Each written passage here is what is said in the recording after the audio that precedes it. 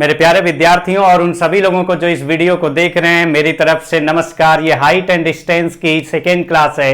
Last class में हमने एकदम बेसिक पॉइंट डिस्कस किया था और उस बेसिक पॉइंट पर जो रेशियो रिलेट होता है एंगल के सामने, राइट एंगल ट्रायंगल की तीनों साइड में रिलेशन जो होता है वो एंगल के अकॉर्डिंग 30, 60, 90, 45, 45, 45, 45, 90। तो ये दो पॉइंट हम लोगों ने डिस्कस किया था और उस रेशियो का यूज करते हुए 3-4 क्वेश्चन का आंसर निकाला था। तो चलिए आज की क्लास से अब आपका एक पैटर्न वाइज क्वेश्चन स्टार्ट करते हैं, जो कि कंटिन्यू तब तक करेंगे, समाप्त जब तक नहीं होगा ये चैप्टर।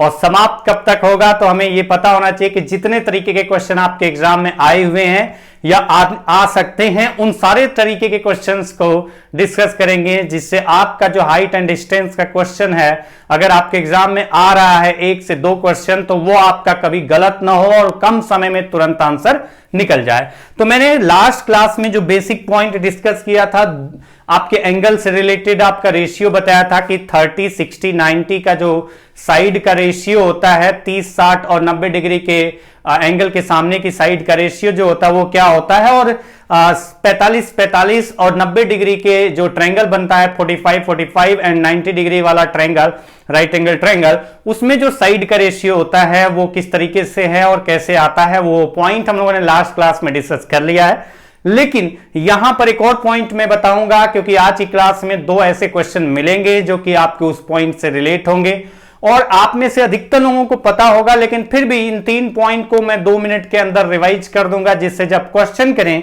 तो वो आपके सामने रहेगा और तुरंत आपके दिमाग में क्लिक करेगा और क्वेश्चन का आंसर आएगा। तो 3 पॉइंट कौन कौन से थे, तो मैंने आपके साथ डिस्कस किया था कि जब भी राइट एंगल ट्रायंगल के बारे में बोला जाएगा और उस राइट एंगल ट्रायंगल में एंगल कौन सा दिया जाएगा, तो मैंने बताया था 3 एंगल की बात की थी। राइट एंगल ट्रायंगल मतलब ये तो आपका 90 डिग्री हो गया।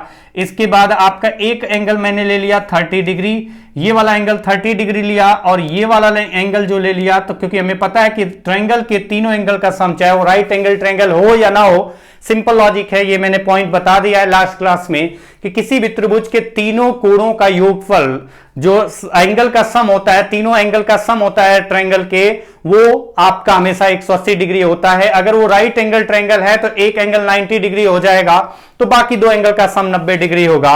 मतलब अगर ये 90 डिग्री हो गया, तो अगर इन दोनों का सम 90 डिग्री होगा, तो अगर ये 30 है तो 90 में से 30 माइनस किया तो ये कितना आएगा, तो आप लिख पाएंगे कि 60 डिग्री आएगा। तो इनके साइड के रेशियो के बारे में मैंने बताया था कि जब आपका राइट एंगल ट्रायंगल हो और उस राइट एंगल ट्रायंगल में 30 डिग्री, 60 डिग्री और 90 डिग्री के सामने की साइड की बात की जाए, उनका रेशियो, साइड की लेंथ का रेशियो निकालना हो, तो वो बार बार आप फॉर्मूला यूज नहीं करेंगे कि साइन, टेन, कॉट ये सब पढ़ने जाएं, क्योंकि हम लोग ट्रिग्नोमेट्री नहीं पढ़ रहे हैं। हाइट एंड डिस्टेंस का पार्ट है जो कि ट्रिग्नोमेट्री से रिलेटेड है, लेकिन एक ही पॉइंट को जब हमें 2 ही 3 पॉइंट्स हैं जो हमें पता है कि क्वेश्चंस में, अधिकतर क्वेश्चंस में यूज होता है, तो उसको बार बार लिखने की जगह बेहतर है कि उसके रेशियो के अकॉर्डिंग करें।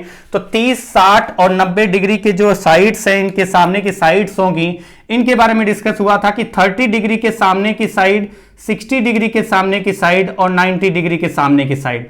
तो डिस्कस ये किया था कि 30 डिग्री के सामने की साइड अगर 1 रेशियो होगा, 30 डिग्री के सामने की साइड का रेशियो, 30 डिग्री एंगल जो है आपका, एंगल जो 30 डिग्री है उसके सामने का साइड 1 रेशियो होगा, तो 60 डिग्री के सामने की साइड जो होगी वो 3 रेशियो होगी। ये रेशियो की बात कर रहा हूं, 30, 60 और 90 के सामने के साइड का रेशियो क्या होगा, तो 1√3 एंड 90 डिग्री के सामने की साइड का जो रेशियो होगा 2 होगा। मतलब इसका लेंथ और इसका लेंथ का रेशियो होगा 1:√3:2। तो ये आपका पहला पॉइंट जो कि लास्ट क्लास में हमने डिस्कस कर लिया, लेकिन फिर भी जो कि क्वेश्चन में यूज होगा इसलिए मैंने लिख दिया साइड में। दूसरा पॉइंट आपका आता है कि अगर आपका कोई ट्रायंगल दिया जाता है, राइट एंगल ट्रायंगल दिया जाता है, जिसमें एंगल के बारे में बताया जाता है राइट एंगल ट्रायंगल, तो राइट एंगल ट्रायंगल में हमने दूसरा पॉइंट डिस्कस किया था कि जब आपका राइट एंगल ट्रायंगल हो, उसमें एक एंगल आपका दिया गया हो 90 डिग्री। 90 डिग्री होगा ही होगा, क्योंकि राइट एंगल ट्रायंगल है, समकोण त्रिभुज की बात कर रहे हैं। हाइट एंड डिस्टेंस में अगर हम समकोण त्रिभुज की बात करें तो समकोण त्रिभुज वही होता है जिसमें एक एंगल 90 डिग्री होता है। तो अगर ये 90 डिग्री है तो इसका मतलब अगर ये 90 डिग्री है तो इन दोनों का सम आपका 90 डिग्री होगा। और मैंने कहा कि ये 45 डिग्री है, आपका राइट एंगल ट्रायंगल है तो एक एंगल तो 90 डिग्री हो ही गया। बाकी अगर एक और एंगल 45 डिग्री हमें पता चल गया तो 45 डिग्री पता चल गया, तो अब आपको पता है कि जो दूसरा एंगल आपका आएगा वो भी 45 डिग्री होगा।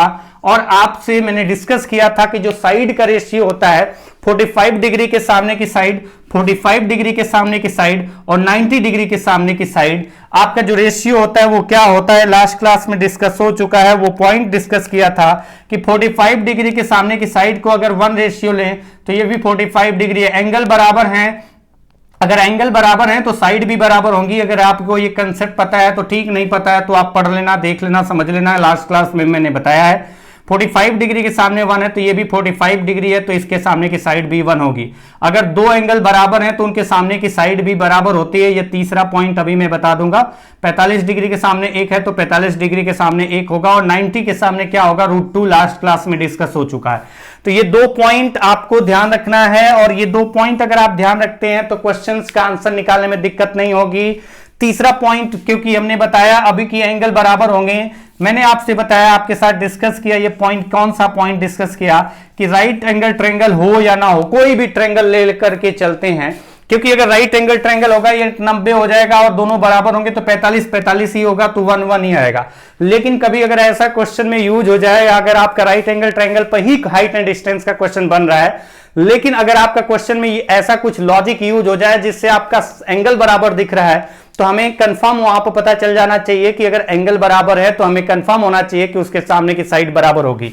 मतलब मैंने ये कहा कि ये वाला एंगल आपका थीटा है, ये वाला एंगल थीटा है, और ये एंगल कुछ और है, तो मैंने कहा कि अल्फा है। तो अब आपका पॉइंट आता है कि 2 एंगल बराबर है इस ट्रायंगल के, ये ट्रायंगल कोई भी हो, अगर ये 2 एंगल बराबर है इस ट्रायंगल के, एक आपका एंगल थीटा ये वाला है, इसके सामने की साइड ये वाली, और ये एंगल थीटा है, इसके सामने की साइड ये वाली AC, यानी इस थीटा एंगल के सामने साइड कौन है, AB, और इस थीटा एंगल के सामने साइड कौन है, AC। तो जब ये दोनों एंगल बराबर हैं, थीटा थीटा है, तो ये जो साइड होंगी वो साइड कौन सी, तो वो साइड AB = AC, यानी कि AB और AC बराबर होगा। तो जब 2 एंगल बराबर हो तो उनके सामने की साइड भी इक्वल होती है। और अगर ये पॉइंट अगर आप ध्यान रखते हैं तो आपको कोई दिक्कत नहीं होगी आज के क्वेश्चन जितने भी हम लोग करेंगे। और एक पॉइंट और ध्यान रखना, एंगल ऑफ एलिवेशन और एंगल ऑफ डिप्रेशन की बात किया था मैंने कि जो हॉरिजॉन्टल लाइन होती है, क्षैतिज रेखा होती है, उससे जितने डिग्री ऊपर की तरफ देखेंगे वो आपका एंगल ऑफ एलिवेशन। और आपसे मैंने ये डिस्कस किया था कि जितने डिग्री ऊपर की तरफ देखेंगे ये एंगल ऑफ एलिवेशन, और जितने डिग्री नीचे देखेंगे ये एंगल ऑफ डिप्रेशन। तो ये पॉइंट डिस्कस हो चुका है, इस पर फिर से दोबारा डिस्कस करने की जरूरत नहीं है। आते हैं क्वेश्चन पे, क्वेश्चन वाइज आगे बढ़ेंगे, और आज की क्लास में जितने भी क्वेश्चन, ज्यादा क्वेश्चन तो नहीं लेकिन जितने भी क्वेश्चन करेंगे इन कॉन्सेप्ट का यूज करते हुए आंसर तुरंत निकालते चले जाएंगे। जैसे कि आपकी स्क्रीन पर पहला क्वेश्चन दिखाई दे रहा है, the upper part of a tree broken by the wind makes an angle of 30 degree with the ground and the distance from the root of the point where the top of the tree touches the ground is 12 meter. What was the height of the tree? अच्छा, इस question को अगर हिंदी में पढ़ें तो question है आपका हिंदी में क्वेश्चन है आपका, एक पेड़ का ऊपरी भाग जो आधी से टूट कर गिरता है, भूमि से 30 डिग्री का कोण बनाता है। तली से पेड़ का ऊपरी भाग जहां पर वह भूमि को छूता है तक की दूरी 12 मीटर है, पेड़ की ऊंचाई क्या होगी। अब आप आ जाइए इस पॉइंट पर, अगर ये पॉइंट में से क्या यूज होने वाला है, अगर आप देखें ध्यान से समझे ना, तो angle of elevation, angle of depression आपको पता है, और ये सारे पॉइंट अगर आपको पता है, maximum question height and distance के सॉल्व हो जाएंगे। बाकी जो भी आपके डिफरेंट तरीके के डिफरेंट टाइप के क्वेश्चन होंगे वो मैं एक एक करके स्टेप बाय स्टेप बताता जाऊंगा, समझाता जाऊंगा, सारे कंसेप्ट क्लियर करता जाऊंगा, कोई दिक्कत नहीं होगी। आपका क्वेश्चन क्या है, अब क्वेश्चन पर स्टार्ट करते हैं।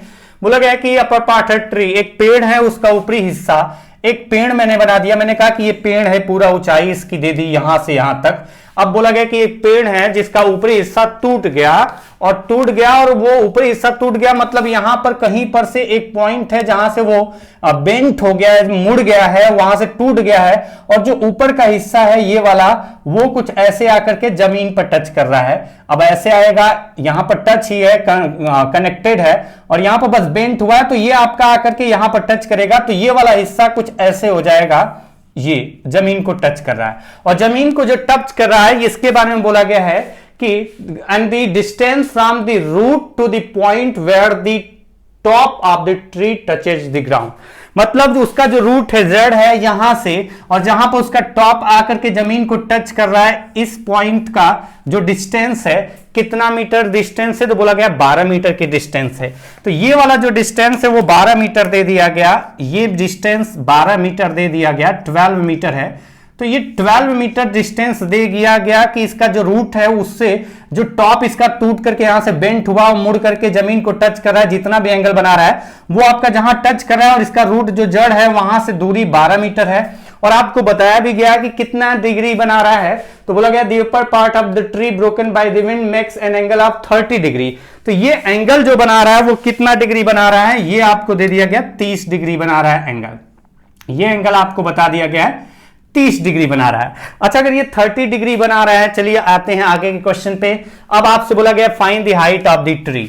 अच्छा, अगर हाइट की ट्री बताना, मतलब हाइट ट्री का हाइट बताना है, हाइट का ट्री नहीं, ट्री का हाइट बताना है, और अगर ट्री का हाइट बताना है, इसका मतलब हमसे पूछा जा रहा है कि ये जो वाला जो हाइट था ये तो था ही था आपका, यहां से तो बेंट हुआ था, ट्री का हाइट ये पूरा आपको बताना है, ये आपका पूरा लेंथ ये बताना है आपको। और अगर ये बताना है तो पॉइंट आपका क्या क्लियर होना चाहिए, वो पॉइंट आपका क्लियर ये होना चाहिए कि आपको पता होना चाहिए कि ये बेंट हुआ है यहां से, और अगर यहां से बेंट हुआ तो ये वाला जो पार्ट है, ये वाला जो पार्ट है यही वाला तो बेंट होकर के यहां से मुड़ करके इधर की तरफ आया है, यही तो आपका इधर की तरफ आया है जो कि जमीन को टच कर रहा है, ये टॉप इसका जमीन को टच कर रहा है। इसका मतलब जो ये वाला हिस्सा है ये वाला हिस्सा ही है, मतलब हम कह सकते हैं ये लेंथ और ये लेंथ बराबर हो गई, क्योंकि ऊपर का जो हिस्सा है वहीं बेंट होकर के ये आपका जमीन को टच कर रहा है। तो अगर हमसे बोला जाए कि पेड़ की हाइट क्या है, तो पेड़ की हाइट जो होगी वो ये वाला लेंथ होगा, ये वाला लेंथ होगा, और प्लस ये वाला लेंथ मिला करके, ये दोनों अगर लेंथ मिला दें, ये वाला और ये वाला, तो ये टोटल हाइट निकल जाएगी। अब आते हैं रेशियो के पार्ट पे, ये बहुत बेसिक तरीके से समझा रहा हूं, बाकी आप एक बार फिगर बना लेंगे तुरंत क्वेश्चन का आंसर निकल के आ जाता है। तो आप देखिए कि कौन से एंगल की बात की गई है, 30 है, आपको पता चल गया ये 30 है, और ये 90 तो है ही, 30 है तो ये कितना होगा, 60 होगा। और अगर ये पॉइंट ध्यान से समझें, और अगर ये पॉइंट ध्यान से समझते हैं, तो आपका जो एंगल मैंने बताया रिलेशन 30 60 90 में, कि 30 डिग्री के सामने की साइड को अगर रेशियो के पार्ट पर देखें, 30 डिग्री के सामने साइड ये रेशियो 1 होगा, ये वाला पार्ट 1 होगा, तो 60 डिग्री के सामने ये जो आपका पूरा लेंथ होगा वो क्या होगा, √3 होगा। और 30 के सामने 1 होगा तो 60 के सामने √3 होगा, तो 90 के सामने क्या होगा, वहां से रिलेट करें तो ये जो लेंथ आएगी ये 2 होगी, और अगर ये 2 हुई तो हम कहेंगे कि ये वाला पार्ट भी क्या होगा, 2 होगा। यानी टोटल हाइट कितना हुआ, तो 1 + 2 = कितना हुआ, तो हम कहेंगे कि टोटल हाइट होगा 3। यानी हमें 3 रेशियो की वैल्यू बतानी है, रेशियो के अकॉर्डिंग 3 रेशियो की वैल्यू बतानी है, क्योंकि आपको हाइट बताना है, और हाइट होगा 1 और +2, और 2 कैसे आया, क्योंकि ये वाला पार्ट और ये वाला पार्ट बराबर होगा। तो अगर हमें यहां पर 3 रेशियो की वैल्यू बतानी है तो हमें देखना पड़ेगा कि कौन सा रेशियो किसी एक्चुअल वैल्यू से रिलेट हो रहा है। तो हमें पता चल गया कि ये जो लेंथ हमारे रेशियो के अकॉर्डिंग √3 आ रही है, वो एक्चुअल में √3 नहीं है, वो एक्चुअल में कितना है, 12 है। यानी √3 की वैल्यू 12 मीटर है, तो हम कहेंगे कि 1 की वैल्यू क्या होगी, तो 12/√3, और 12/√3 कितना होता है, 4√3। अगर आपको नहीं पता कि कैसे आया, तो आपको पता है 12 को लिखते हैं 4 × 3, मतलब √3 × √3 और डिवाइडेड बाई √3, तो ये आपका कैंसिल होकर के 4√3 आ गया। तो अगर एक रेशियो 4√3 आ गया, तो यहां पर हमें बताना है 3 रेशियो की वैल्यू, तो 3 रेशियो की वैल्यू कितनी होगी, तो आप कहेंगे 3 × 4√3, यानी आपका आंसर हो जाएगा 12√3। तो अगर आप अच्छे से समझ पाते हैं, अगर अच्छे से समझ गए होंगे, तो आपको कोई दिक्कत नहीं आएगी, तुरंत आप क्वेश्चन का आंसर निकाल पाएंगे। तो ये पॉइंट आपका थोड़ा सा ध्यान रखना है कि ये रेशियो जो होता है 30 60 90 की सामने की साइड का रेशियो, 45 45 और 90 डिग्री के सामने की साइड का रेशियो, और अगर एंगल बराबर हैं तो उनके सामने की साइड बराबर होती है। ये रूल आपको पता है तो कोई दिक्कत नहीं होगी। चलिए नेक्स्ट क्वेश्चन पे चलते हैं। अगला क्वेश्चन है आपका, एक एक करके क्वेश्चन चलते जाएंगे, समझते जाएंगे, और हर तरीके के क्वेश्चन करेंगे। ये आपका बेसिक क्वेश्चन है जो कि स्टार्ट है आज की क्लास से क्वेश्चन, तो इसलिए एकदम बेसिक क्वेश्चन से स्टार्ट किए।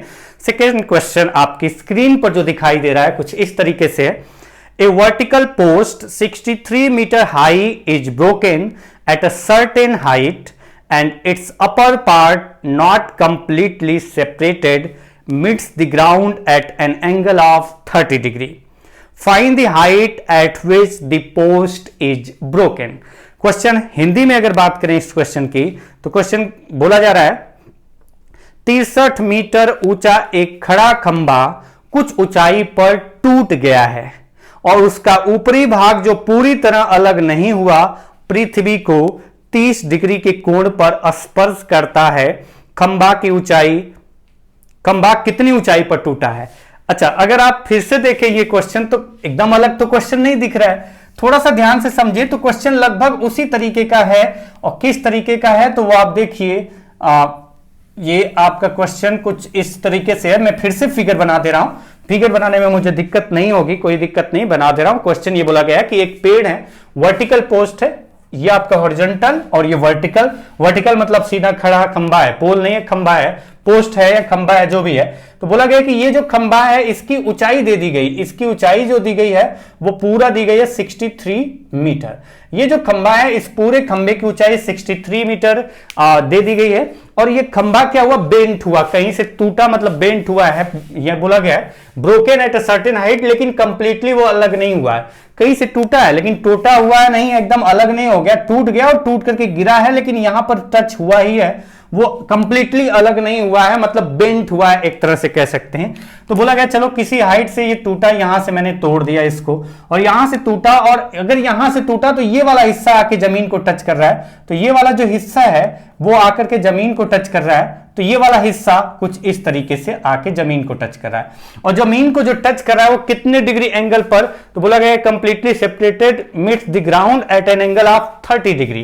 तो ये जमीन को 30 डिग्री के एंगल पर टच कर रहा है। तो यहां पर हमने एक लाइन के थ्रू मिला दिया, जमीन को बना दिया जो कि हॉरिजॉन्टल है, प्लेन है, ये 30 डिग्री के एंगल पर जमीन को टच कर रहा है, ये आपको बता दिया गया 30 डिग्री। और उसकी ऊंचाई कितनी थी उस पोल की, पोस्ट की या खंबे की, तो वो 63 मीटर थी। 63 मीटर कहां से कहां तक, तो ऊपर से लेके एकदम नीचे तक, ये टोटल 63 मीटर है। अच्छा, अब आते हैं क्वेश्चन के कंसेप्ट पर। ये फिर से 30 डिग्री है, ये 90 डिग्री होगा, तो हमें पता है कि ये 60 डिग्री होगा। अब आइए थोड़ा सा रेशियो के पार्ट पर, 30 के सामने की साइड 1 होगी तो 60 के सामने राइट साइड 2 होगी और 90 के सामने राइट साइड होगी मतलब 2। 90 के साइड 30 के सामने 1 होगी तो 60 के सामने √3 होगी, 90 के सामने 2 होगी। रेशियो होगा यह साइड का, ये एक्चुअल वैल्यू नहीं होगी। तो चलिए अगर मैं इसी कंसेप्ट का यूज करता तो मैं कहूंगा कि 30 के सामने की साइड अगर ये 1 हुआ, अगर ये 1 हुआ तो 60 के सामने की साइड क्या होगी, तो ये होगा √3 रेशियो, और 90 के सामने क्या होगा, ये 2 रेशियो। और अभी पिछले क्वेश्चन में बताया था कि अगर ये टूट करके ये यहां से बेंट होकर के जमीन को टच कर रहा है तो ये लेंथ और ये लेंथ बराबर होगी। तो अगर ये 2 रेशियो है तो ये भी 2 रेशियो होगा, और अगर ये भी 2 रेशियो होगा तो बताइए टोटल हाइट कितनी हुई, तो 1 + 2 = 3। और ये जो आपको दिया गया टोटल हाइट कितनी दी गई है, 63 मीटर। दैट मीन्स 3 रेशियो की वैल्यू 63 मीटर है, तो 1 रेशियो की वैल्यू क्या होगी, तो 3 से डिवाइड किया, आंसर आ गया 21 मीटर। आंसर क्यों आ गया 1 रेशियो 21 मीटर, क्योंकि ये बेंड कितनी हाइट से हुआ है, तो ये 1 रेशियो है, 1 रेशियो मतलब 21 मीटर। यही तो आपका आंसर हो गया। तो चलिए अगले क्वेश्चन पे चलते हैं, बहुत बेसिक क्वेश्चन है, ज्यादा टाइम लेने की जरूरत नहीं है। नेक्स्ट क्वेश्चन पे चलेंगे। नेक्स्ट क्वेश्चन क्या है, क्वेश्चन है नेक्स्ट, थोड़ा सा ध्यान से समझेंगे, कोई दिक्कत नहीं आएगी आपको क्वेश्चंस में अगर आप ध्यान से समझते हैं तो जैसे ये क्वेश्चन आपको दिया गया है, one flies a kite with a thread 150 meter long. If the thread of the kite makes an angle of 60 degree with the horizontal line, then the height of the kite from the ground, assuming the thread to be in a straight line, is. अब आप देखिए question एक बार हिंदी में मैं बता देता हूं। पतंग तो सभी लोगों ने उड़ाया होगा, लेकिन पतंग उड़ाते वक्त हमें पता है कि जो रस्सी होती है वो सीधा नहीं होती है, वो कुछ ऐसे कर्व की तरह होती है। लेकिन यहां बोला गया assuming the thread to be in a straight line, तो वो मान के चलना कि रस्सी एकदम स्ट्रेट लाइन में है पतंग से, और आपने जहां पर हाथ में पकड़ा वहां तक एकदम स्ट्रेट है, वो झुकी हुई ऐसे कर्व की तरह नहीं है, ये आपको बताया गया। तो हिंदी में क्या है, एक पतंग आकाश में उड़ रही है, मैदान पर एक बिंदु से पतंग तक धागे की लंबाई 150 मीटर है, मैदान से धागे का उन्नयन कोण 60 डिग्री है, मान लीजिए कि धागे में कोई ढीलापन नहीं है, तो पतंग की ऊंचाई क्या है। अच्छा, अब आप आइए क्वेश्चन पे। थोड़ा सा अगर ध्यान दें, क्वेश्चंस में रेशियो का यूज करें तो मुझे नहीं लगता कि आपको कोई दिक्कत होगी, लेकिन रेशियो का यूज करने के लिए थोड़ा सा आपको एक बार देखना पड़ेगा। 2-4 क्वेश्चन करेंगे तो रेशियो अपने आप याद होता चला जाएगा, और सब रेशियो जब याद हो जाएगा तो क्वेश्चन में आपको रेशियो लिख करके दिखाने की जरूरत नहीं होती है। डायरेक्टली आप क्वेश्चन में उनका यूज कैसे करते हैं वो बाद की क्लास में मैं दिखाऊंगा, बताऊंगा, समझाऊंगा। तो चलिए आप आइए क्वेश्चन पे। One flies a kite with a thread of 150 metre long if the thread of the kite makes an angle of 60 degree. मतलब मैंने कहा कि ये कोई है जो पतंग उड़ा रहा है, मतलब मैंने कहा कि यहां से पतंग उड़ा रहा है, कोई भी अगर यहां से पतंग उड़ा रहा है, मैंने यहां पर एक पॉइंट लिया, यहां से कोई पतंग उड़ा रहा है, और पतंग जो उड़ाई जा रही है वो 100 कितने मीटर की धागे से उड़ाई जा रही है, 100 मीटर कितने मीटर लंबे धागे से उड़ाई जा रही है। तो ये बताया गया कि ये धागा जो है ना वो आपका 150 मीटर लंबा है, ये 150 मीटर लंबा धागा है, और ये जो है एंगल बना रहा है कितने डिग्री, हॉरिजॉन्टल लाइन क्षैतिज रेखा से 60 डिग्री के एंगल बना रहा है। तो क्षैतिज रेखा से 60 डिग्री का एंगल बना रहा है, मतलब ये आपका एंगल है दिया गया 60 डिग्री 60 डिग्री। तो क्षैतिज रेखा से 60 डिग्री बनाता हुआ एक धागा है जो 150 मीटर, जिससे हम काइट उड़ा रहे हैं। मतलब काइट अगर देखें तो यहां पर होगी पतंग, तो यहां पर हो गई पतंग, और पतंग उड़ रही है 150 मीटर लंबे धागे से, और जो क्षैतिज रेखा है उससे 60 डिग्री का कोण बना रही है। वो कौन, पतंग नहीं, हम कहेंगे धागा जो है ना, जो धागा है स्ट्रेट में, जो कि सीधा हमने माना है क्योंकि क्वेश्चन में दिया गया है, मान लेते हैं धागे में ढीलापन नहीं है, वो सीधा स्ट्रेट है। तो काइट उड़ाई जा रही, पतंग उड़ाई जा रही है 150 मीटर लंबे धागे से, और क्षैतिज रेखा से वो 60 डिग्री का कोण बना रही है। तो बताना क्या है, बताना है then the height of the kite from the ground as. तो जो काइट है ना, उस काइट का जो हाइट है वो ग्राउंड से कितना है ऊपर, वो काइट जो है वो ग्राउंड से, वो पतंग जो है वो ग्राउंड से, जमीन से कितनी ऊंचाई पर है। मतलब हम बात करें स्ट्रेट, अगर देखें सीधा काइट से जमीन पर अगर हम परपेंडिकुलर लाइन ड्रॉ करते हैं तो वो हाइट कितनी है, ये आपका क्वेश्चन है। मतलब आपसे पूछा गया है ये वाला पार्ट, अगर ये वाला पार्ट पूछा गया कि पूरा हाइट इसकी कितनी है तो किस तरीके से निकाला जाएगा। बेसिक पॉइंट आपको क्लियर है, रेशियो कौन सा यूज होगा आपको पता चल गया कि यहां पर अगर ये 60 है और ये कितना है 90 है, तो ये कितना होगा, तो हमें पता है कि अगर 90 हो गया 60 है तो ये कितना होगा 30 डिग्री होगा। अच्छा, जिनका दिमाग चलता है ना वो डायरेक्टली कहेंगे कि 90 के सामने 150 है, मतलब दो रेशियो की वैल्यू 150 है तो 30 के सामने 75 आएगा, 60 के सामने 75√3 आएगा, सीधा सीधा आंसर आएगा। लेकिन अगर थोड़ा सा दिमाग में कंफ्यूजन आपका बना हुआ है तो पहले थोड़ा थोड़ा रेशियो का यूज करना सीखिए, लिखिए रेशियो, ताकि आपको दिक्कत ना लगे, क्वेश्चन को सॉल्व करते वक्त आपको कंफ्यूजन ना रहे। तो 30 डिग्री के सामने अगर रेशियो रिलेट करें कि 30 के सामने की साइड का रेशियो 1 होगा, तो 60 के सामने की साइड का रेशियो √3 होगा, और 90 के सामने की साइड का रेशियो 2 होगा। ये पॉइंट ध्यान रखिए, यहां से रेशियो रिलेट करेंगे, सीधा आप क्वेश्चन के फाइनल रिजल्ट की तरफ बढ़ जाएंगे। तो अब आप देखिए कि ये जो वैल्यू है मीटर में दी गई है, ये जो लेंथ है मीटर में दी गई है, वो रेशियो के अकॉर्डिंग कितने रेशियो की वैल्यू है, 2 रेशियो। तो यहां से एक रेशियो की वैल्यू कितनी आ गई, 2 से डिवाइड किया 75। और अगर एक रेशियो की वैल्यू 75 मीटर आ रही है, एक रेशियो 75 मीटर है, और आपको बताना है कि हाइट मतलब √3 रेशियो, और √3 रेशियो निकालें तो क्या कहेंगे 1:75 है, तो √3 इंटू 75 यानी 75 इंटू √3 मीटर हाइट पर वो पतंग उड़ रहा है। जमीन से कितनी हाइट पर पतंग उड़ रहा है, तो आपका आंसर आ जाएगा कि 75√3 मीटर की हाइट पर उड़ रहा है। नेक्स्ट क्वेश्चन पे चलेंगे। अगला क्वेश्चन एकदम बेसिक ही क्वेश्चन आप समझ सकते हैं, और एंगल ऑफ एलिवेशन मैंने बताया, एंगल ऑफ एलिवेशन अगर लिखा हुआ आ जाए, एंगल ऑफ डिप्रेशन लिखा हुआ आ जाए तो घबराने की जरूरत नहीं है। क्षैतिज रेखा से जितने डिग्री ऊपर की तरफ देखने पर वो वस्तु दिखाई देती है जिसको देखना है, तो वो हमारा होता है एंगल ऑफ एलिवेशन। क्षैतिज आपकी जो रेखा है, हॉरिजॉन्टल लाइन है, उससे जितने डिग्री ऊपर की तरफ आपको जाना होगा वो आपका एंगल ऑफ एलिवेशन होगा। तो आज की क्लास में एंगल ऑफ डिप्रेशन की बात की ही नहीं जा रही है, एंगल ऑफ एलिवेशन की बात की जा रही है। तो चलिए क्वेश्चन आपका 4th है, the angle of elevation of the top of a tower from a point A on the ground is 30 degree. On moving the distance of 30 meter towards the foot of the tower to a point B, the angle of elevation increases to 60 degree. The height of the tower is. अब हिंदी में भी पढ़ लेते हैं एक बार, question Hindi में है, जमीन पर स्थित किसी बिंदु ए से एक मीनार पर बनने वाला उन्नयन कोण 30 डिग्री है। मीनार के पाद की तरफ 30 मीटर चलने पर बिंदु बी से उसी मीनार के ऊपर बनने वाला उन्नयन कोण 60 डिग्री है, तो मीनार की ऊंचाई ज्ञात करो।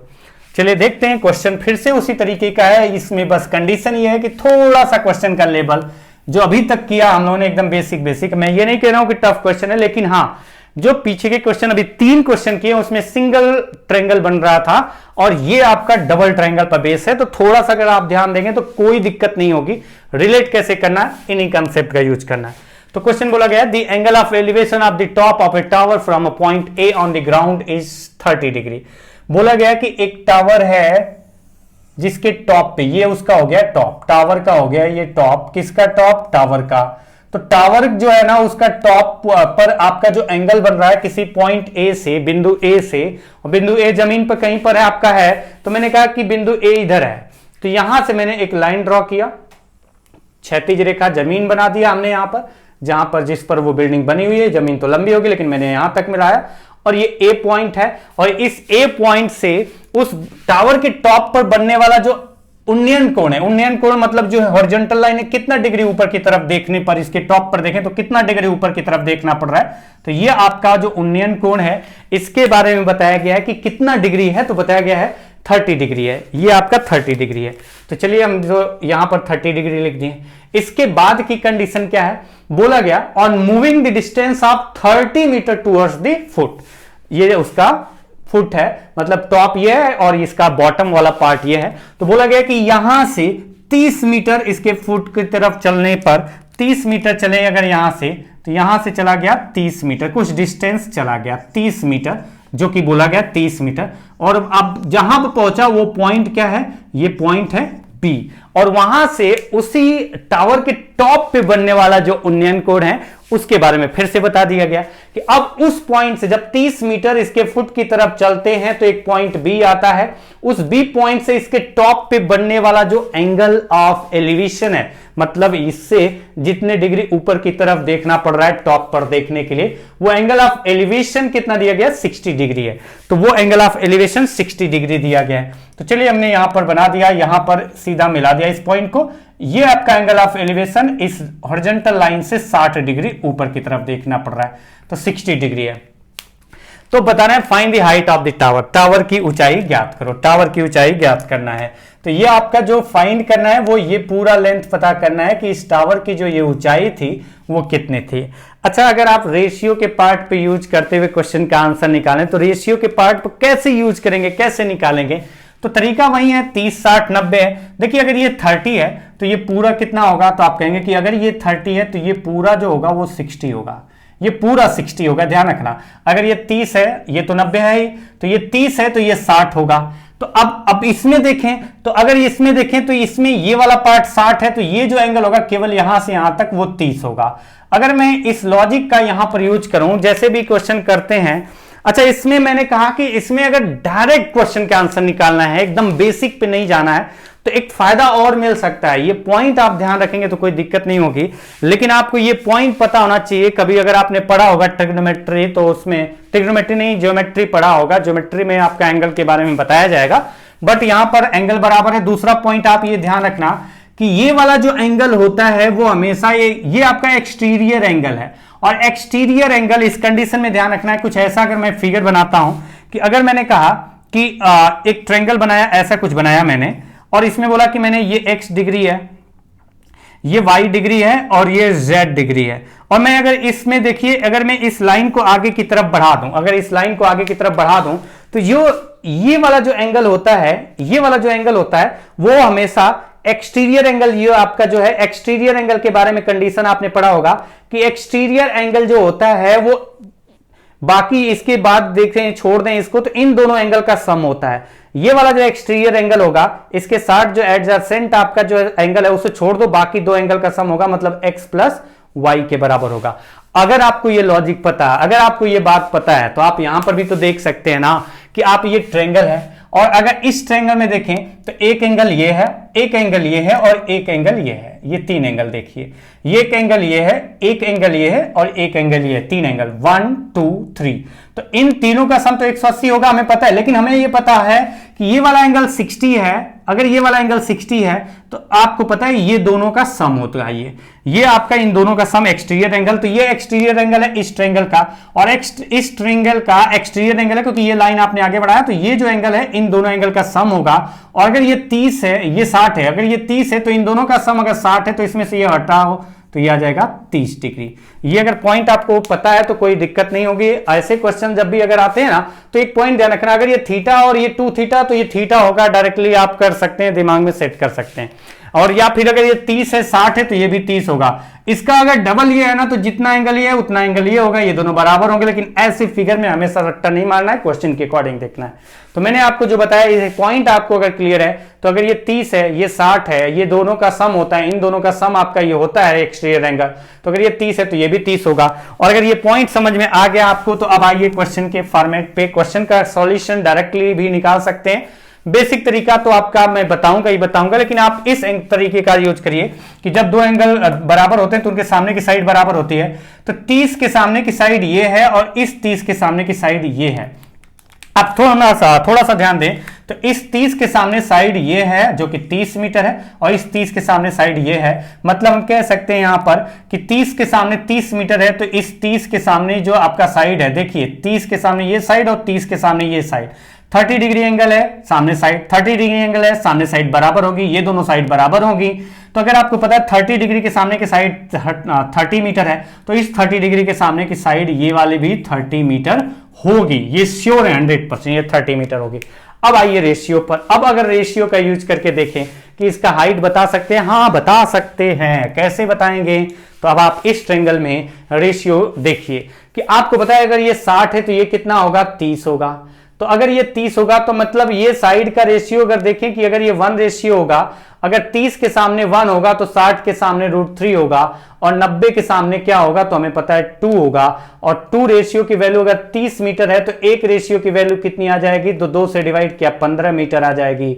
और 1 रेशियो 15 मीटर तो √3 रेशियो कितना होगा, तो 15√3 मीटर। ये आपका आंसर हो गया। तो आप थोड़ा सा लॉजिक लगाएं, थोड़ा सा कंसेप्ट अगर आपको पता है, कौन सा कंसेप्ट की अगर आपको ये पता है कि अगर दो एंगल बराबर हैं तो उनके सामने का साइड बराबर होता है। और दो एंगल बराबर कैसे हैं, तो मैंने एक्सटीरियर एंगल का रूल जो कि आपने पढ़ा नहीं होगा तो मैंने एक हिंट दे दिया, आप उस पॉइंट को ध्यान रखिए। बाकी तो आगे आपका जब क्लास चल रही है तो पढ़ेंगे आपका ज्योमेट्री का चैप्टर जब स्टार्ट होगा तो ये सारे पॉइंट तो पढ़ेंगे ही पढ़ेंगे दोबारा डिटेल से। फिलहाल अगले क्वेश्चन पे चलते हैं। नेक्स्ट क्वेश्चन, अच्छा सॉरी, इस क्वेश्चन को मैं बेसिक तरीके से भी बताता हूं। बेसिक का मतलब रेशियो डायरेक्टली पूरा का पूरा दोनों रेशियो यूज करके एक बार बता देता हूं। और दोनों रेशियो अगर यूज करके बताऊं यहां पर तो किस तरीके से होगा वो थोड़ा सा देख लो एक बार, आपको एकदम क्लियर हो जाएगा। तो दो रेशियो कैसे यूज होगा वो आप देखते जाइए, समझते जाइए, एकदम क्लियर हो जाएगा। कोई भी पॉइंट में दिक्कत नहीं रहेगी अगर आप ध्यान से पढ़ते हैं, ध्यान से समझते हैं। तो चलिए देखते हैं क्वेश्चन का आंसर कैसे निकलता है, कितना आता है।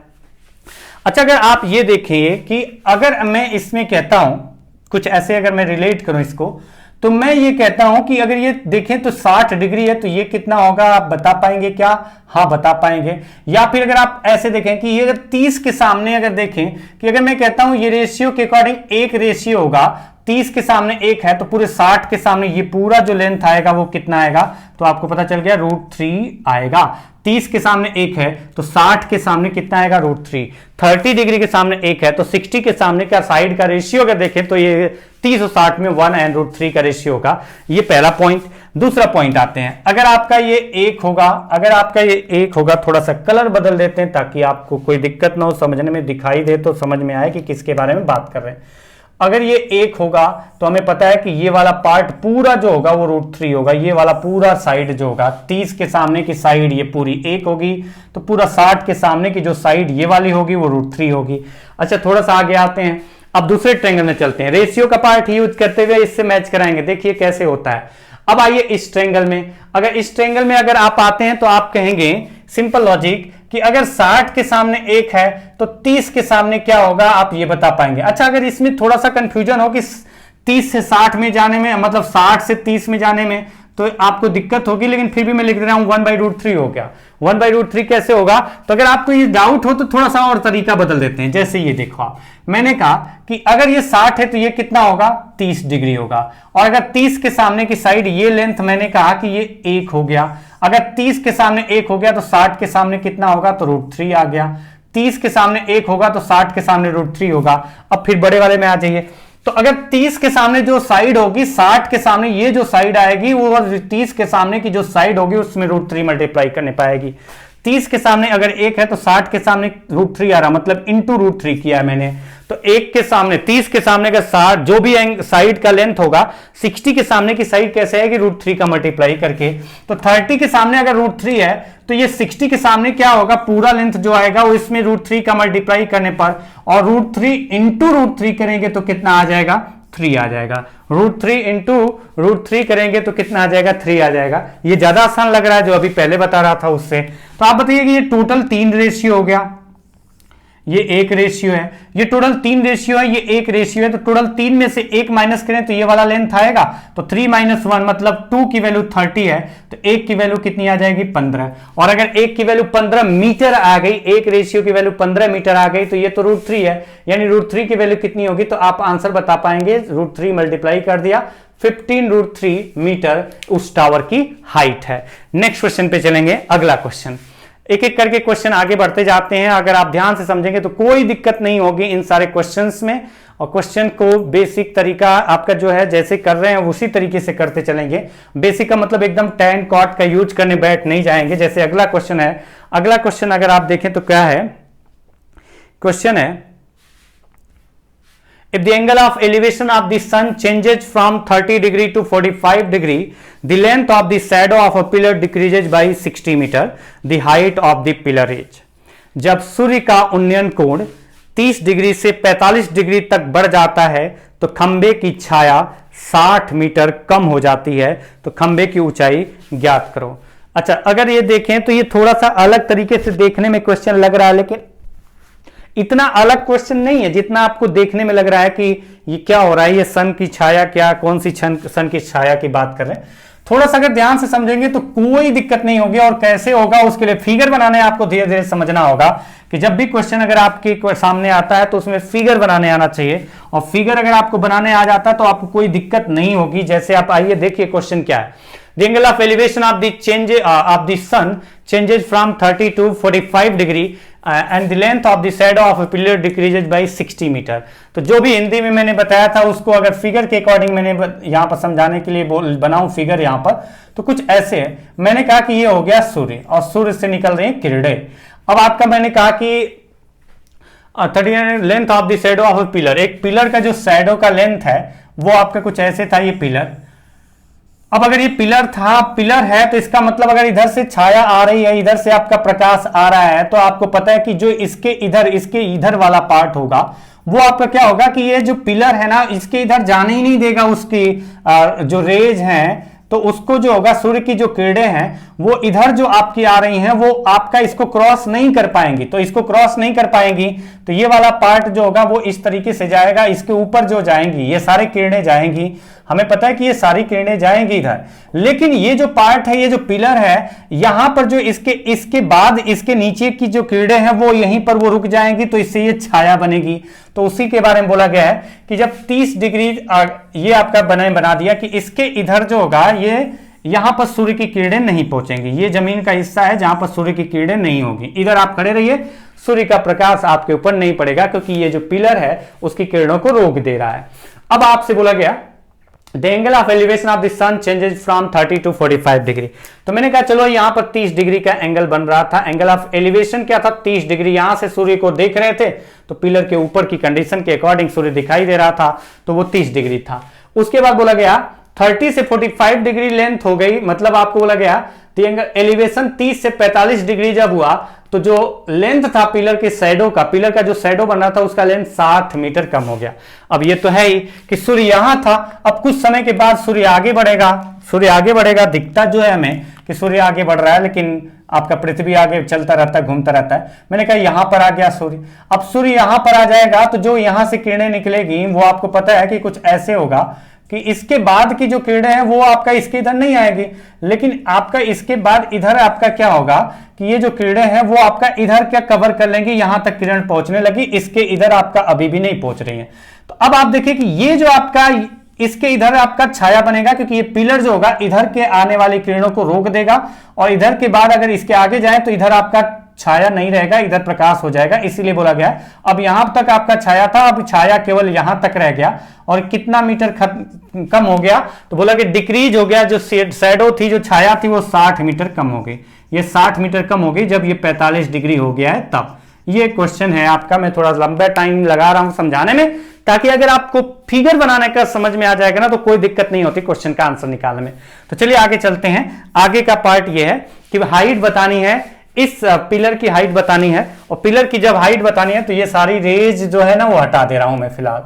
तो ये आपका जो पिलर की हाइट बतानी है, वो पिलर की हाइट कितनी है अगर आपको बताना है तो आप सिंपल लॉजिक, अच्छा अगर आप ऐसे देखें कि पिलर की हाइट रेशियो के अकॉर्डिंग कितना होगी, तो मैंने कहा 30 डिग्री, 30 डिग्री के सामने की साइड को अगर मैंने 1 रेशियो लिया तो ये पूरा कितना होगा, अगर ये 30 है तो ये पूरा होगा 60, और अगर ये पूरा 60 होगा तो ये पूरा कितना आएगा, तो आप बता पाएंगे 30 के सामने आपका 1 है तो 60 के सामने का साइड होगा √3।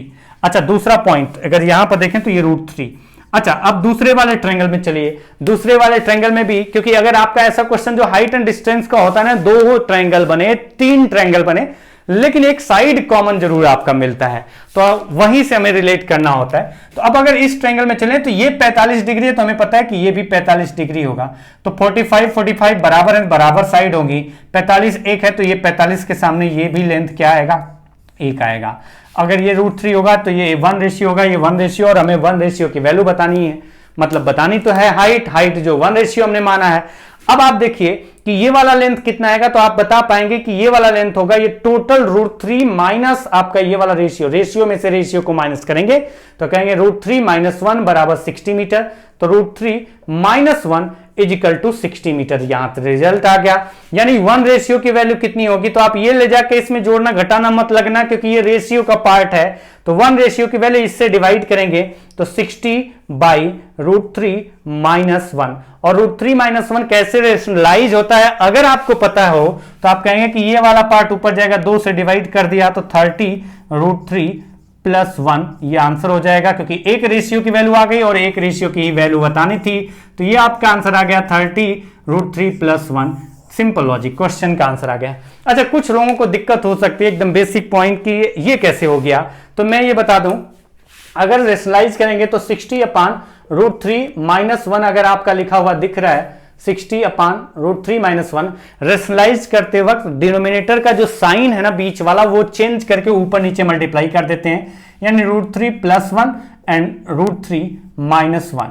तो अगर आप देखें तो √3 + 1 साइन बदल के ऊपर नीचे दोनों मल्टीप्लाई करते हैं रेशनलाइज करते वक्त, तो अब आप देखिए कि ये क्या होगा, √3 - 1 था तो √3 + 1, √3 + 1 ऊपर नीचे मल्टीप्लाई कर दिया, तो ऊपर का तो वैल्यू ठीक है, लेकिन अगर आप इसको देखें कि आपका ये आ रहा है √3 - 1 √3 + 1, तो a + b और a - b ये जो रिजल्ट आता है वो होता है a² - b², यानी ये जो रिजल्ट आ जाएगा ऊपर आ जाएगा 60√3 + 1 और नीचे आ जाएगा a² - b², यानी √3 का स्क्वायर 3 - 1 2, तो अगर इससे डिवाइड करें तो क्या रिजल्ट आएगा 30√3 + 1। तो ये आपका थोड़ा सा रेशनलाइज करने का तरीका अगर आपने कभी सीखा होगा तो तुरंत आप देख के ही बता पाएंगे, पूरा लिख करके दिखाने की जरूरत नहीं होगी, क्योंकि आप ऐसे लॉजिक लगाएंगे, इसका अगर रेशनलाइज करेंगे तो इसका स्क्वायर और इसका स्क्वायर का डिफरेंस आएगा नीचे, जो कि 2 आ रहा है, 2 से डिवाइड किया 30 और साइन बदल के ऊपर मल्टीप्लाई कर देना है, तो ये नीचे आपका आ जाएगा 2 से डिवाइड किया 30 और साइन बदल के ऊपर मल्टीप्लाई किया √3 + 1, तो आपका सीधा सीधा आंसर आ गया 30 × √3 + 1। तो रेशनलाइज करने के लिए बार बार लिखने की जरूरत नहीं है, जो मैंने अभी बोला वो लॉजिक अगर आप याद रखते हैं तो कोई दिक्कत नहीं होगी। नेक्स्ट क्वेश्चन पे चलते हैं, अगला क्वेश्चन, क्वेश्चन नंबर 6। तो आपका जो क्वेश्चन है ये क्वेश्चन आपके एग्जाम में आए हुए हैं, तो आप थोड़ा सा ध्यान रखिए कि ऐसे क्वेश्चन करते वक्त घबराने की जरूरत नहीं, बहुत इत्मीनान से करिए, आपके क्वेश्चन के आंसर निकलते जाएंगे, कुछ टफ नहीं होता, थोड़ा सा लॉजिक ये है कि आपको समझना है इस तरीके से। जैसे अगला क्वेश्चन आपका है, an aeroplane when flying at a height of 5000 meter from the ground passes vertically above another aeroplane at an instant when the angle of elevation of the two aeroplanes from the same point on the ground are 60 degree and 45 degree respectively. The vertical distance between the aeroplane at that instant is. अच्छा, अगर आप इसको हिंदी में देखें तो हिंदी में क्या मतलब है, भूतल से 5000 मीटर की ऊंचाई पर उड़ता हुआ एक विमान उसी क्षण को एक अन्य विमान के ऊपर उड़ता है और तब भूतल के एक बिंदु से दोनों विमानों के उन्नयन कोण क्रमशः 60 डिग्री और 45 डिग्री हैं, तो उसी क्षण दोनों विमानों के बीच की ऊर्ध्वाधर दूरी कितनी है। तो दोनों विमानों के बीच की ऊर्ध्वाधर दूरी कितनी है, थोड़ा सा अगर आप ध्यान से समझें तो आपसे तो ये पहला पॉइंट तो ये बोला गया है कि एक एरोप्लेन जो उड़ रहा है वो 5000 मीटर की ऊंचाई पर उड़ रहा है। देखिए, ध्यान देना है, ध्यान से समझना है कि कौन सा एरोप्लेन ऊपर है और कौन सा एरोप्लेन नीचे है।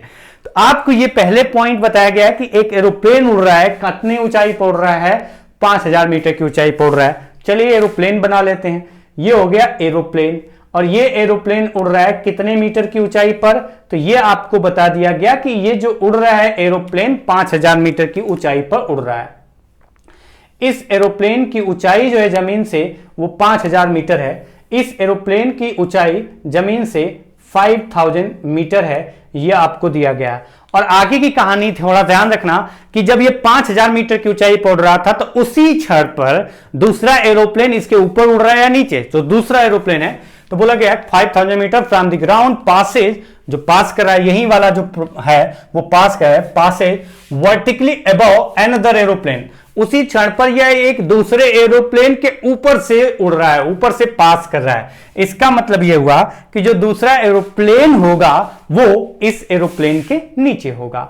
तो ये पॉइंट आपको ध्यान समझना है, ध्यान से पढ़ते वक्त ध्यान रखना है कि दूसरा एरोप्लेन जो कि 5000 मीटर की ऊंचाई पर पहला एरोप्लेन उड़ रहा था उससे ऊपर है या नीचे है। तो ये पॉइंट फिर से मैं रिपीट कर दे रहा हूं, क्योंकि अगर आपने फिगर में थोड़ा सा गड़बड़ी की तो क्वेश्चन का आंसर गलत आएगा। तो जब ये 5000 मीटर की ऊंचाई पर उड़ रहा था तो ये उसी क्षण पे पास कर रहा था vertically above another aeroplane at an instant, उसी क्षण पर ये एक दूसरे एरोप्लेन के ऊपर से पास कर रहा था। थोड़ा सा मैं एक बार और पढ़ लेता हूं। An aeroplane when flying at a height of 5000 metre from the ground passes vertically above another aeroplane at an instant, उसी क्षण पर ये दूसरे एरोप्लेन के ऊपर है। और ये ध्यान रखना है ये 5000 मीटर की ऊंचाई पर है और ये आपका कुछ ऊंचाई पर है, लेकिन ये नहीं बताया गया कितनी ऊंचाई पर है, बस ये पता है कि ये वाला दूसरा इस वाले के नीचे है। When the angle of elevation of the two aeroplanes from the same point on the ground are 60 degree and 45 degree respectively. थोड़ा सा अगर आप ध्यान से समझें कि इन पे जो बनने वाला एंगल है, when the angle of elevation of the two aeroplanes from the same point, एक ही पॉइंट से इनके ऊपर जो बनने वाला एंगल ऑफ एलिवेशन की बात की गई है वो आपसे बोला गया कि कितने कितने डिग्री है।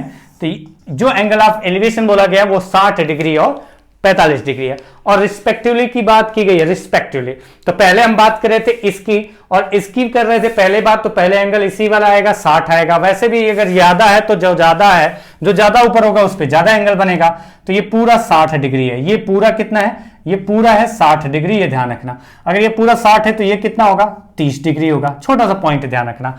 आगे चलते हैं और दूसरे वाले फिगर में चलें और यहां पर क्या बन रहा है कि ये जो आपका 60 डिग्री है इस पर बन रहा है और दूसरे वाले एरोप्लेन पर जो उसके नीचे उड़ रहा है उस पर कितना है, 45 डिग्री।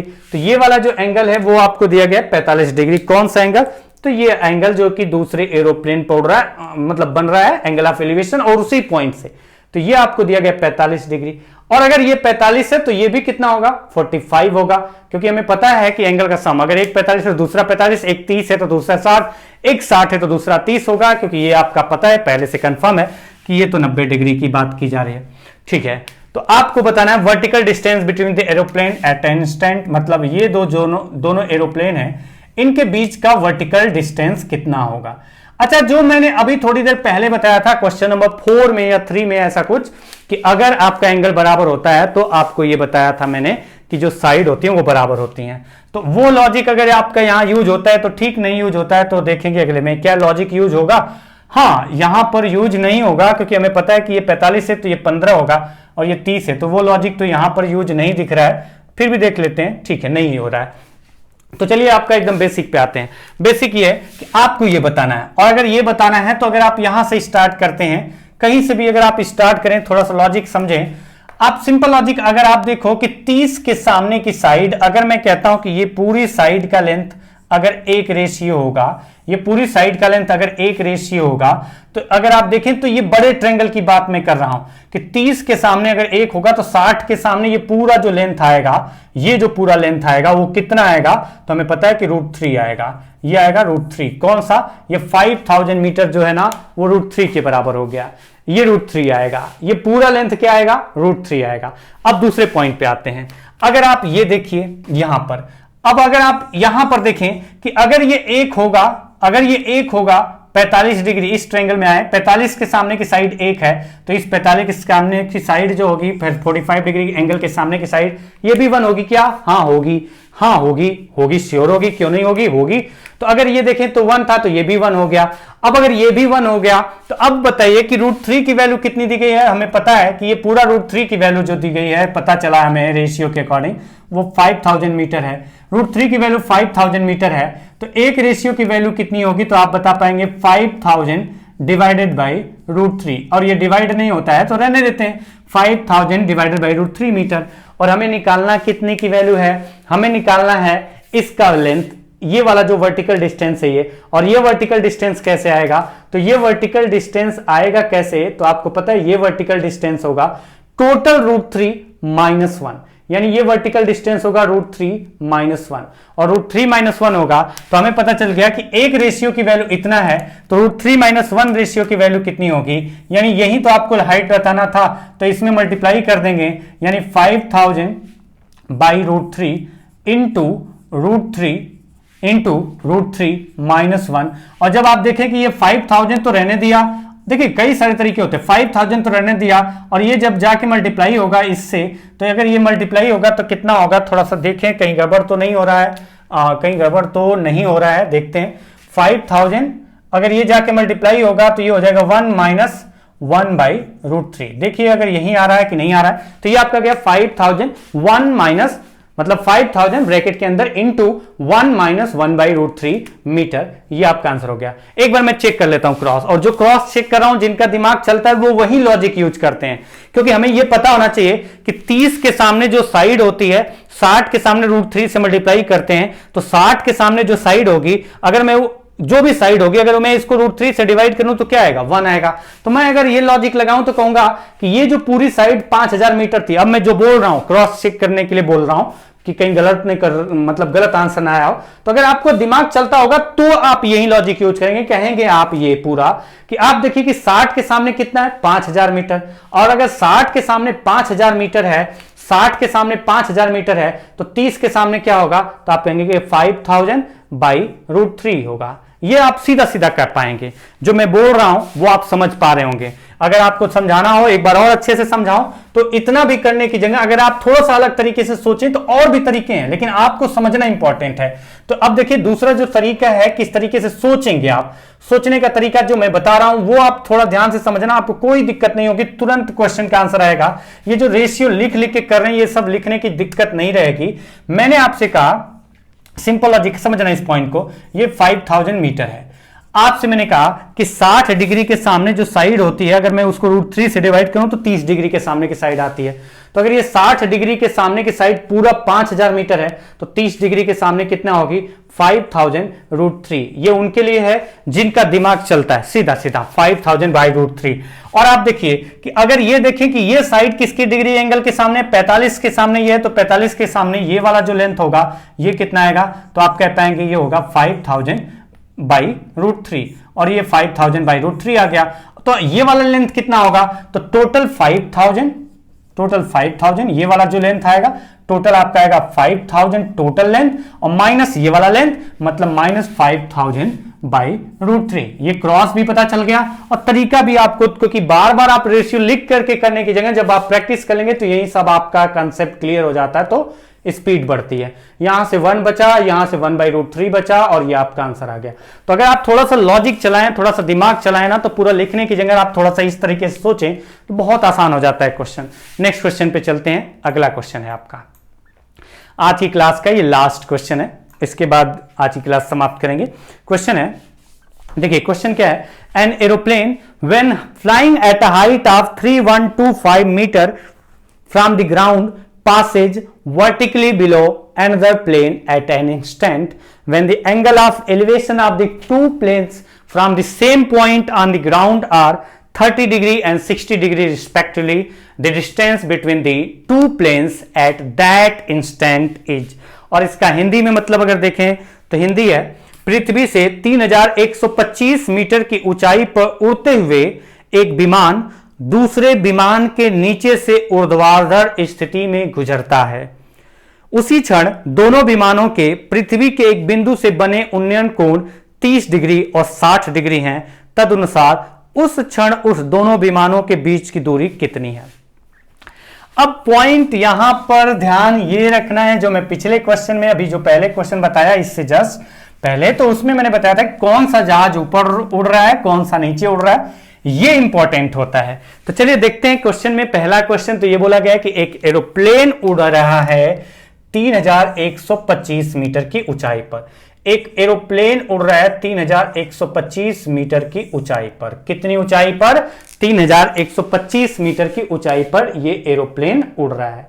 ध्यान समझना, ये एरोप्लेन जो उड़ रहा है ये 3125 मीटर की ऊंचाई पर उड़ रहा है। और फिर बोला गया है कि उसी क्षण from the ground passes vertically below under aeroplane at an instant.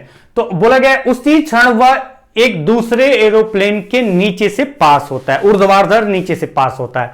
मतलब ये बोला गया है कि ये जो 3125 मीटर की ऊंचाई पर 3125 मीटर की हाइट पे जो एरोप्लेन उड़ रहा है वो उसी टाइम पर उसी क्षण एक दूसरे एरोप्लेन के वर्टिकली नीचे से पास होता है। मतलब कंफर्म हो गया कि दूसरा एरोप्लेन जो है ना वो इसके ऊपर है।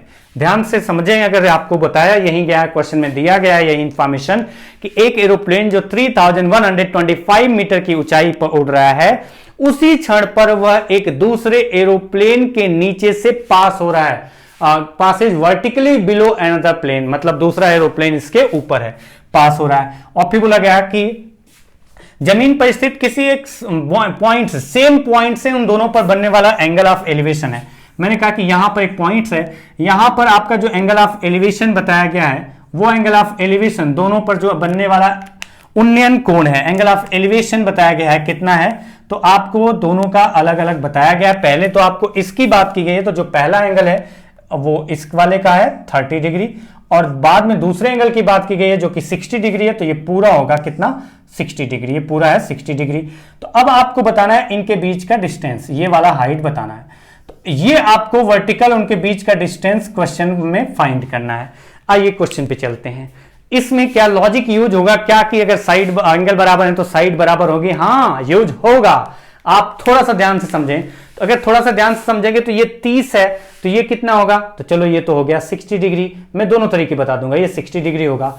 और अगर हम देखें कि पूरा अगर एंगल देखें ये वाला पार्ट, तो ये वाला पार्ट पूरा एंगल कितना है? तो आप कहेंगे कि 60 डिग्री है। और अगर ये 60 डिग्री है तो ये कितना होगा? तो आप कहेंगे कि 30 डिग्री होगा। रूल तो आपको पता है 30 डिग्री होगा। अब देखिए ये टोटल 60 है, अगर ये 30 है तो ये कितना होगा? 30। अगर ये टोटल 60 है, ये 30 है तो ये भी तो 30 होगा। और अगर ये 30 है ये 30 है तो 30 डिग्री के सामने की साइड ये वाली, यानी ये वाला साइड, और 30 डिग्री के सामने की साइड ये वाला साइड, दोनों बराबर होगा। अब अगर ये दोनों बराबर होगा तो लॉजिकल अगर आप समझें, थोड़ा सा ध्यान से समझें, तो आप ये कह पाएंगे कि ये एंगल 30 डिग्री है और इस 30 डिग्री के सामने की साइड 3125 है। तो 60 डिग्री के सामने की साइड कितनी होगी? 3125√3। कैसे आया? लॉजिक वही कि 30 के सामने की साइड जो भी होगी 60 के सामने की साइड √3 से मल्टीप्लाई करके आएगी। मैं थोड़ा सा हटने की कोशिश कर रहा हूं, जो रेशियो लिख रहा था 30 के सामने की साइड अगर मैं कहता हूं कि ये 1 रेशियो होगा तो ये √3 रेशियो होगा, ये मैं नहीं लिख रहा हूं। तो 30 के सामने 1 था तो 60 के सामने √3 होगा। तो अगर 1 की वैल्यू इतना है तो √3 की वैल्यू मल्टीप्लाई कर दिया। अब थोड़ा सा आगे बढ़ते हैं, ये तो हो गया। थोड़ा सा हटिए, रेशियो बार बार लिखने की जरूरत नहीं है। जो चीज अगर आपको डायरेक्टली दिख रही हो तो लिखो मत, उससे थोड़ा सा दूर होने की कोशिश करो। बाकी मैंने हिंट दे दिया, बता दिया। चलिए आगे बढ़ते हैं। अब आप देखिए फिर से बड़े ट्रायंगल में आते हैं कि 30 डिग्री के सामने की साइड आपको जो है वो 3125√3 पता है, तो 60 डिग्री के सामने की साइड कितनी होगी। मैं पहले एंगल के अकॉर्डिंग नहीं बता रहा हूं, पहले आपका बताना तो था एंगल के अकॉर्डिंग, मैंने इससे बताना स्टार्ट कर दिया। तो चलिए अगर हम पूरे एंगल के पूरे के सामने की साइड बताएं, ये पूरा की जो साइड होगी वो कितना होगी, तो हमें पता है इसमें √3 का मल्टीप्लाई होगा, क्योंकि हमें फिर से वही बात समझ में आनी चाहिए, पता होनी चाहिए। कौन सी बात कि अगर आपका 30 के सामने की साइड अगर इसको 1 मानूंगा तो 60 के सामने ये पूरा √3 होगा, तो 1 की वैल्यू इतना है, तो √3 की वैल्यू कितनी होगी, मल्टीप्लाई करेंगे, और जब मल्टीप्लाई करेंगे तो ये कितना आएगा 3125 इंटू √3 यानी 3125 इंटू √3 आ जाएगा 3, तो ये आपका लेंथ कितना आ जाएगा, तो टोटल 3125 का ट्रिपल ये पूरा है, और यहां से 3125 माइनस करें तो बचेगा 3125 इंटू 3 माइनस 3125, यानी आपका जो रिजल्ट आएगा कॉमन लेकर के लिख देना 6250 मीटर।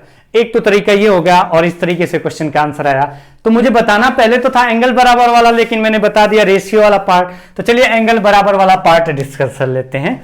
एंगल बराबर वाले पार्ट में क्या करना था कि आपको ये पता है, मैं इसको रफ कर रहा हूं, आपको ये पता है कि अगर आपका ये 30 है तो ये 30 होगा, ये भी 30 होगा, ये दोनों साइड बराबर होंगी। तो यहां से देखेंगे 30 के सामने 3125 है, 30 के सामने 3125 है, तो 60 के सामने ऐसे देखो 30 के सामने 3125 है, 1 है, 30 के सामने 1 है, तो 60 के सामने √3 होगा। ये तो नहीं पता है, छोड़ हटाओ। 30 के सामने 30 के सामने अगर 1 है तो 60 के सामने √3 होगा, और 90 के सामने कितना होगा, 2 होगा। 30 के सामने की साइड 1 रेशियो है, तो 60 के सामने की साइड √3 रेशियो होगी, √3 यूनिट होगी, और 90 के सामने की साइड का रेशियो क्या होगा, √2, मतलब 2 होगा, √2 नहीं 2। तो अब आप यहां से देखें, क्या देखेंगे कि अगर 1 रेशियो इतना है तो 2 रेशियो की वैल्यू कितना होगी, इसका डबल, यानी 6250, और अगर ये 6250 है तो ये भी तो 2 ही रेशियो होगा, क्योंकि ये दोनों बराबर होगा, क्योंकि एंगल बराबर थे, तो इसके सामने की साइड इसके सामने की साइड बराबर होगी।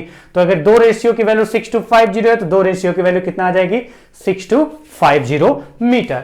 तो थोड़ा सा अगर एंगल का पार्ट इसमें इंक्लूड करके सोचा जाए, थोड़ा सा एंगल का पार्ट की, अगर एंगल बराबर होते हैं तो उसके सामने की साइड बराबर होती है, जहां पर भी अगर इसका लॉजिक यूज होता है तो वहां पर थोड़ा ज्यादा आसान हो जाता है क्वेश्चन का आंसर निकालना। तो चलिए आज की क्लास यहीं समाप्त करते हैं, मिलते हैं अगली क्लास में, आगे बढ़ते रहेंगे, तब तक के लिए नमस्कार।